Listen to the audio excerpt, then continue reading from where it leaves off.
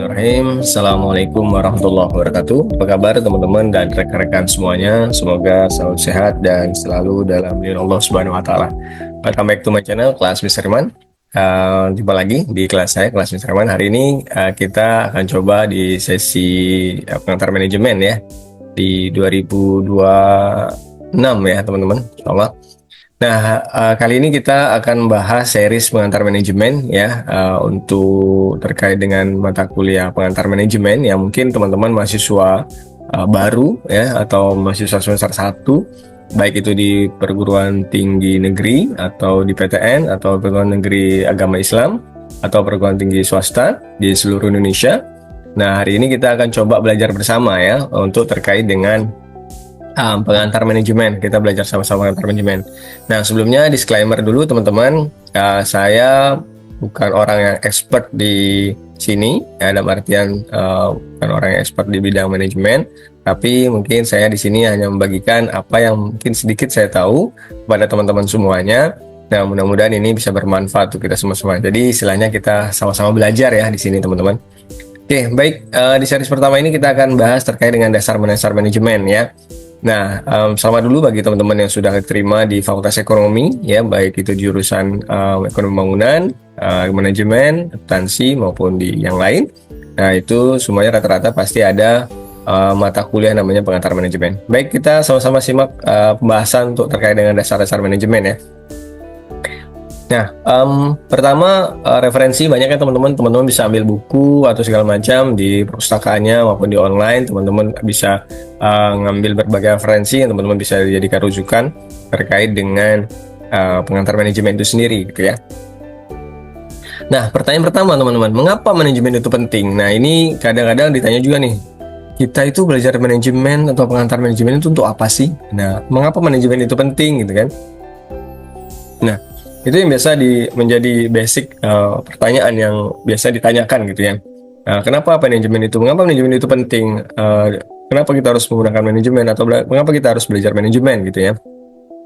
Nah, teman-teman semuanya, manajemen itu mengapa manajemen itu penting ya?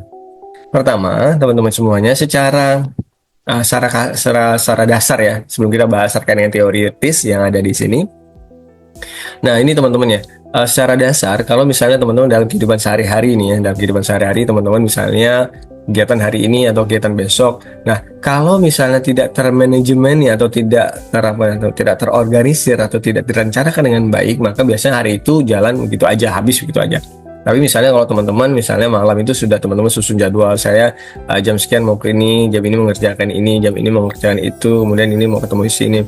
Nah, biasanya basically semuanya akan berjalan dengan baik gitu ya, walaupun mungkin tidak 100% sesuai rencana gitu ya, tapi biasanya biasanya berjalan dengan bagus gitu ya. Nah, mengapa manajemen itu penting? Pertama, pekerjaan berat dan sulit yang dikerjakan sendiri sehingga diperlukan pembagian kerja, tugas, dan jawab dalam menyelesaikannya. Jadi dalam suatu manajemen kan biasanya tidak ada satu orang ya, ada berbagai kumpulan orang yang terbagi dari berbagai macam bagian gitu ya nanti, sehingga pekerjaan sulit itu ketika dikerjakan sendiri maka akan lebih mudah ketika itu ada namanya pembagian pekerjaan gitu ya. Kemudian yang kedua adalah manajemen yang baik akan meningkatkan daya guna dan daya hasil. Nah, ini ada daya guna dan daya hasil dan hasil guna ya, daya guna dan hasil guna. Bagaimana manajemen yang baik itu meningkatkan komponen-komponen yang ada di sumber daya itu, misalnya terkait dengan orangnya, bahan bakunya, segala macam gitu ya. Daya gunanya lebih kuat atau lebih powerful. Kemudian nanti hasilnya juga akan hasil gunanya lebih baik gitu ya. Outputnya juga lebih baik dibanding dengan tanpa manajemen gitu ya. Kemudian manajemen juga akan mengurangi pemborosan-pemborosan yang tadi saya sampaikan ya, bahwa ketika kita menggunakan manajemen itu secara baik, maka kita akan lihat nih, oh seharusnya penggunaan dananya sekian atau penggunaan bahannya sekian, sudah ada gambaran-gambarannya gitu ya, sehingga nanti menghindari pemborosan-pemborosan. Kemudian yang selanjutnya adalah menetapkan tujuan dan usaha untuk mewujudkannya. Nah, dengan manajemen juga tadi tuh kita akan adanya planning. Tujuan kita mau kemana, mau apa, ngerjain apa, goalnya apa. Nah, sehingga setelah ada tetapkan tujuan, kita ada usaha. Oh, ternyata saya udah ada tujuannya untuk ini nih, maka kita ada usaha untuk mewujudkannya. Dibanding kita tidak ada perencanaan, jalan gini-gini aja ya, gitu, seperti itu ya. Nah, kemudian perlu untuk kemajuan dan pertumbuhan. Nah, dengan manajemen juga teman-teman semuanya kita bisa dapat gambaran terkait dengan Oh iya, dengan manajemen ini kita akan bagaimana menyusun ya rencana agar kita terus bertumbuh atau memiliki kemajuan. Nah, ya gitu ya. Kenapa? Kalau misalnya orang tidak direncanakan, biasanya hasilnya gitu-gitu aja. Tapi dengan adanya perencanaan, dengan adanya segala macam, maka biasanya akan lebih maju atau misalnya akan lebih bertumbuh gitu ya. Nah, kemudian pencapaian tujuan secara teratur. Nah, dengan manajemen juga sudah tahu nih tahap-tahapnya ini, kemudian pengerjaannya ini, nah tujuannya ini, jadi teratur ya, ya sama antara tahun ini, bulan ini, hari ini, dan seterusnya minggu ini, dan itu akan secara teratur gitu ya. Nah kemudian dengan manajemen juga ada pedoman ya, atau ada arahan, ada guidance ya gitu ya, bagaimana kita bisa menjalankan sesuatu dengan lebih baik gitu ya, baik teman-teman semuanya. Nah, kemudian teman-teman, selanjutnya, nah, kemudian ada pengertian manajemen nih. Nah, apakah perbedaan antara manajemen dengan manajer dan manajemen? Nah, biasa kan kita secara gambaran kan kita tahu tuh, oh manajer tuh pimpinan dari suatu usaha atau perusahaan gitu ya. Kemudian sedangkan manajemen sendiri kita biasanya apa ya gitu ya. Nah, kita coba cari apa sih perbedaan antara manajer dan manajemen gitu ya, terkait dengan ini. Nah, kalau manajer itu secara singkat berarti itu orangnya ya, orangnya. Kalau manajemen itu prosesnya, gitu ya gambarannya. Baik, kita cek ya. Nah, manajer itu adalah seorang dalam sebuah organisasi yang bertanggung jawab terhadap kerja bawahannya ya, gitu ya.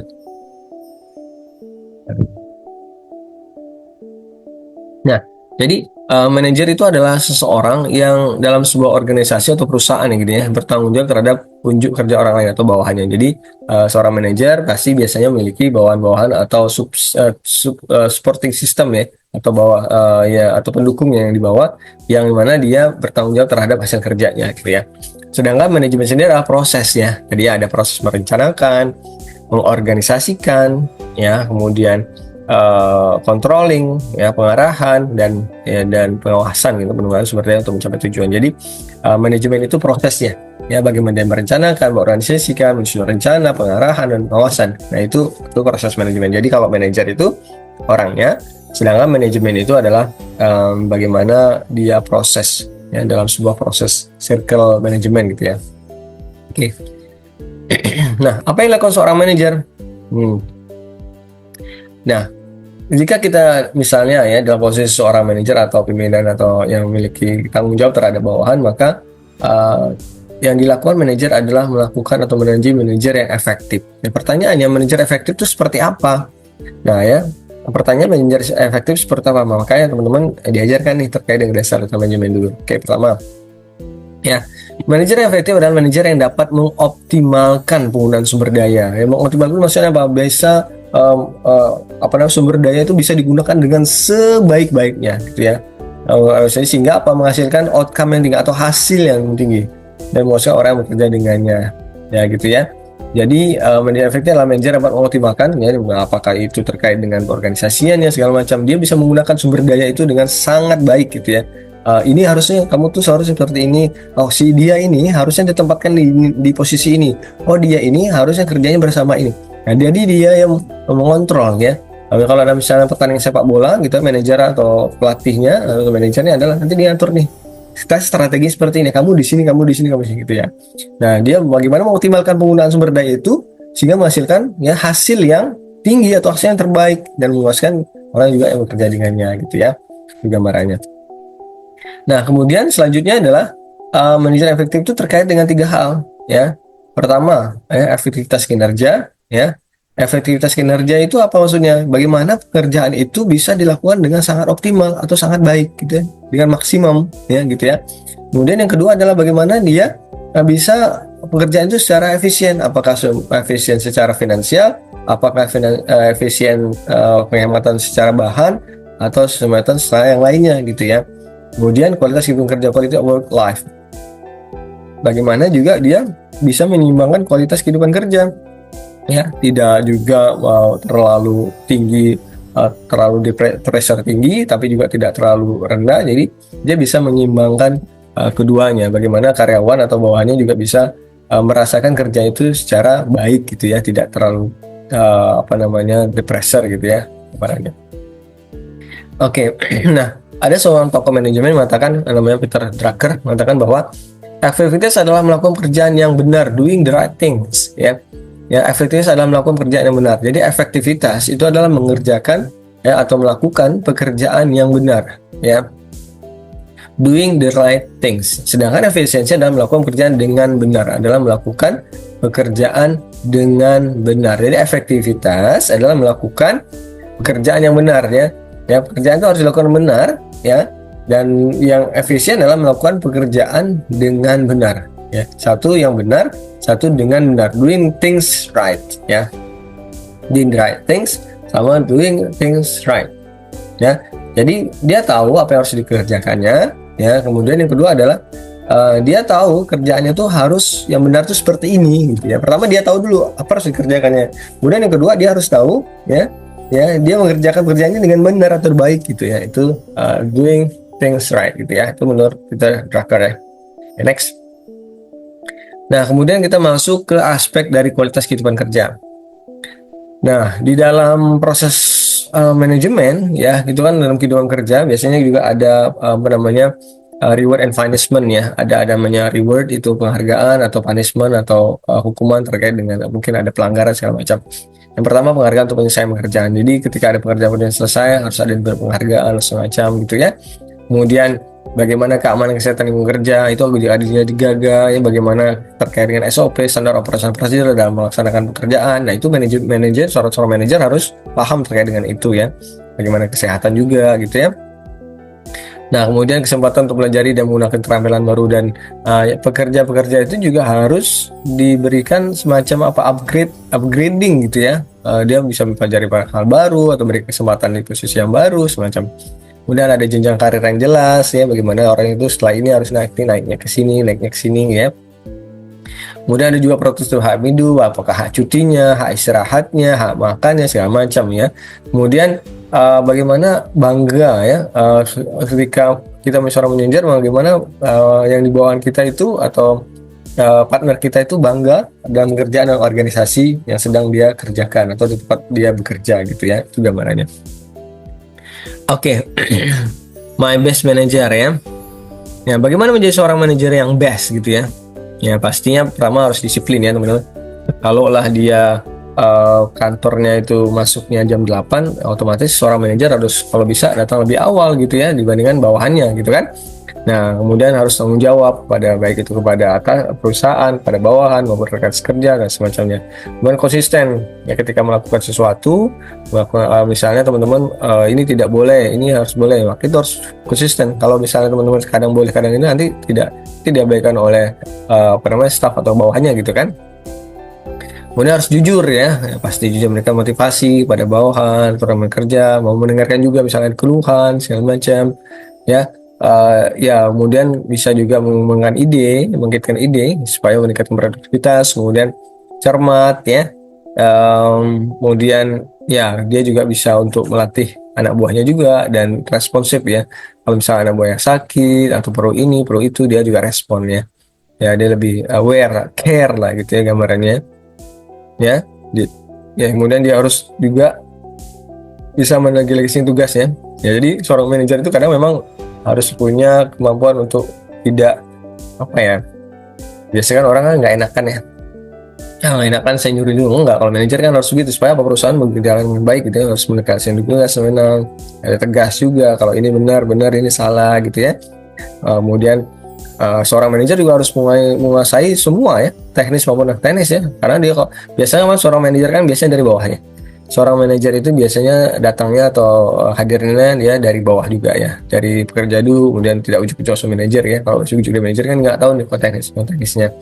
Kemudian komunikatif juga, bagaimana dia bisa membahasakan dengan baik, ya, bertutur kata baik, memberi contoh yang baik, bermoral yang baik, kemudian bisa adaptif juga, ya, bisa beradaptasi dimanapun dan terbuka terhadap kritik dan saran, gitu, ya. Itu terkait dengan best manager, gitu, ya. Nah, kemudian fungsi dan proses manajemen. Nah, fungsi manajemen itu sebenarnya ada 4, ya, teman-teman. Fungsi yang pertama itu perencanaan, bagaimana merencanakan suatu, ya, baik itu misalnya perusahaan, organisasi, macam. Fungsi pertama dalam manajemen adalah perencanaan atau planning, ya.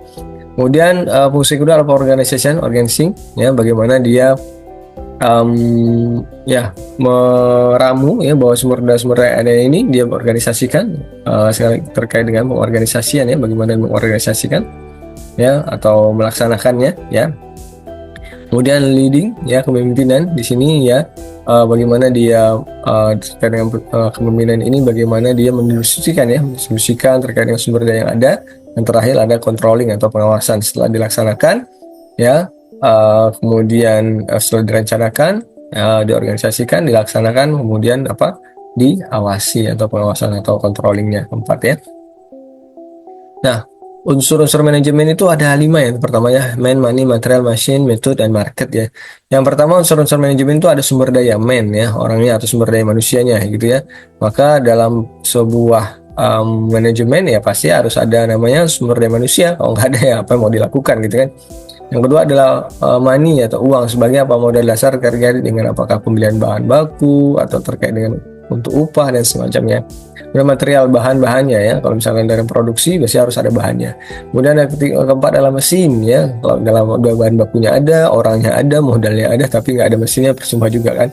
Kemudian metodenya, bagaimana melakukan atau memproduksi dengan baik ya, dengan lancar, dengan bagaimana hasil yang maksimal, hasil yang terbaik gitu ya.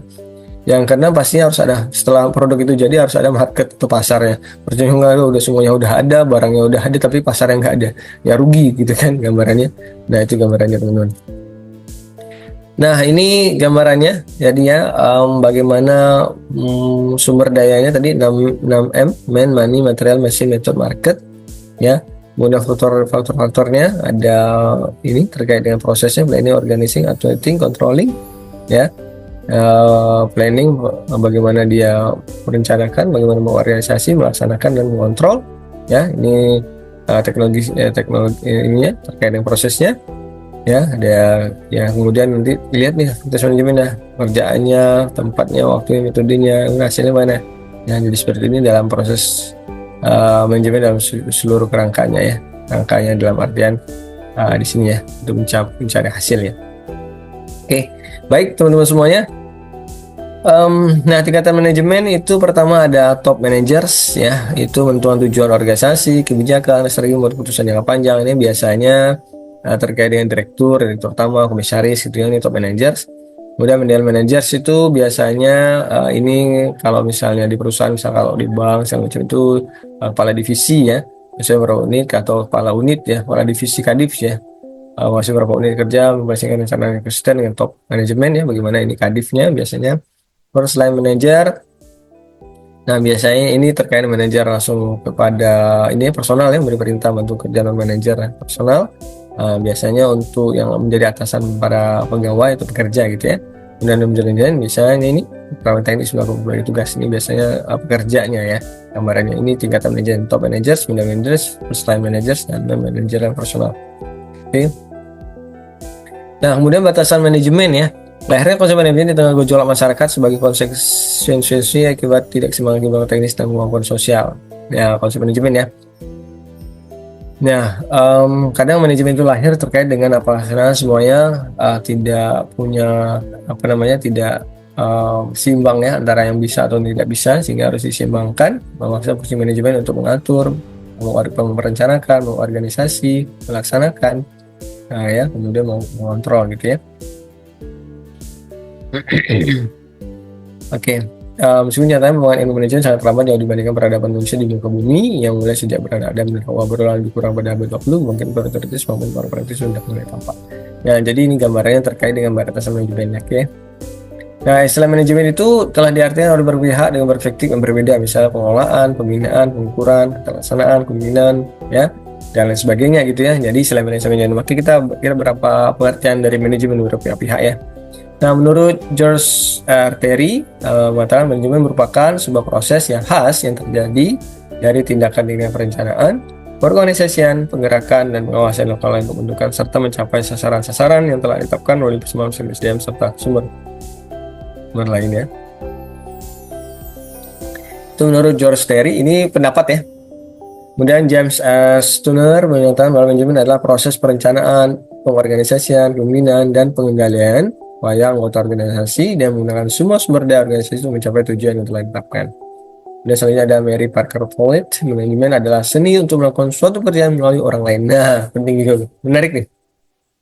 Manajemen adalah seni untuk melakukan suatu pekerjaan melalui orang lain. Jadi bagaimana seni melakukan pekerjaan dengan melalui orang lain ya. Tadi ya caranya bahwa dia punya bawahan, nanti dia atur, dia berikan arahan, maka orang lain akan bekerja untuk dia. Gitu, kemarinnya. Dan banyak lagi ya teman-teman terkait dengan pengertian atau